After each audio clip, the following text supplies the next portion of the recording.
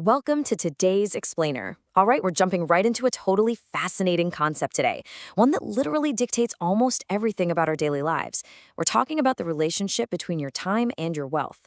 Seriously, just a tiny shift in how you look at the ticking clock can completely rewrite your financial destiny. So get comfortable and let's get right into it.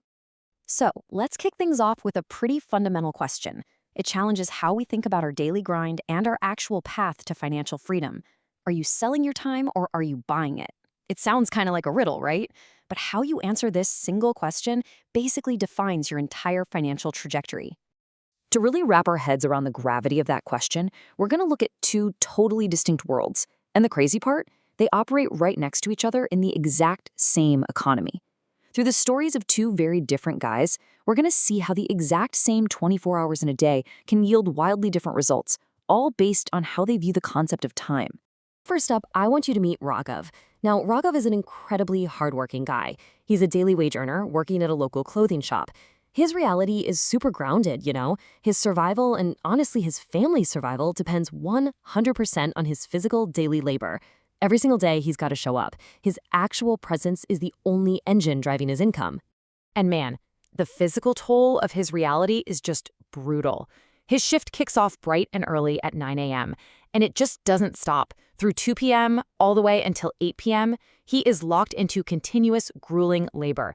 We're talking an 11-hour shift of standing, serving, and just working his tail off without any real meaningful break. Now here's the kicker. Despite giving away the vast majority of his waking hours, his daily earnings are capped at just 400 rupees. Let that sink in for a minute. 11 hours of his life, his energy, his youth, traded for a mere 400 rupees.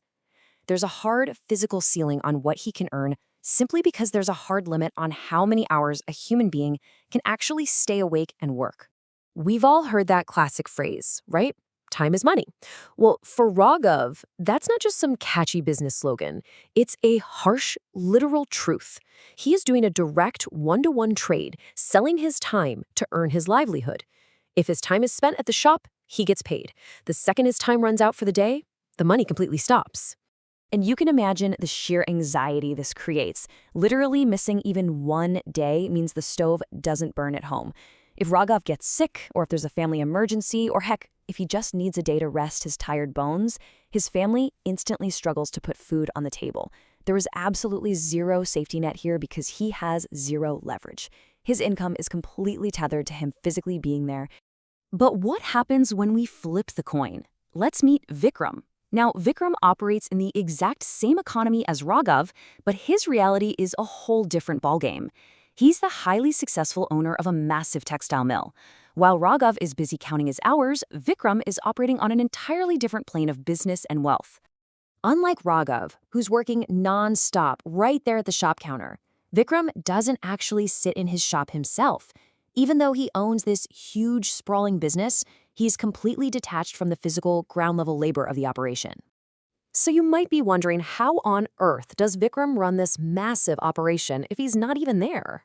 Well, he uses his capital. He hires experienced managers and employs literally hundreds of workers to handle the day-to-day operations for him. He's not doing the weaving or the selling or the stock taking. What he's essentially done is purchase the skills and the hours of hundreds of other people to keep his machine running. And this leads us to Vikram's core philosophy, which is super interesting. For him, time is more valuable than money. He doesn't look at money as the end goal at all. To him, money is just a tool. And the absolute best thing you can buy with that tool is time. He fully grasps that money can always be replenished, but your time cannot. Because he's bought the time of his managers and all those workers, Vikram totally frees himself up. And just look at the return on that bought time. He now has the mental space and energy to innovate, to brainstorm totally new business ideas, and, maybe most importantly, to spend real quality time with his family. His stove burns whether he's at the mill or chilling at home, because his system runs completely without him. And that brings us to the real climax of this explainer. The absolute biggest difference between Raghav and Vikram isn't just luck or circumstance. It boils down to two things: mindsets and systems. It's all about how they perceive that fundamental relationship between what's in their wallets and what's on their watches. When you put these two philosophies side by side, the exact mechanics of the wealth gap become crystal clear. A poor mindset, which unfortunately Raghav is trapped in out of sheer necessity, sells time for money. It's a linear, exhausting trade.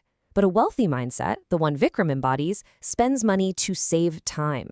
It flips the entire equation, treating time as the ultimate luxury and money just as the currency used to get it.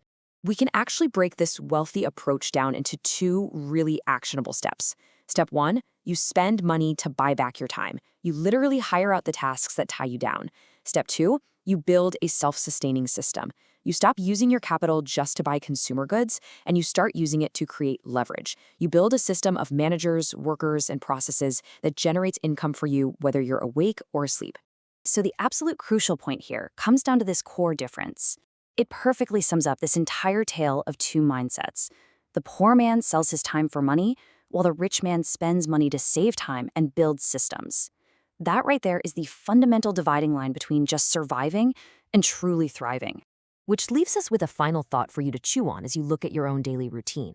Look at how you're spending your energy this week and ask yourself honestly, are you building a system or are you just trading your hours? Because really understanding that difference is your very first step toward actually owning your time.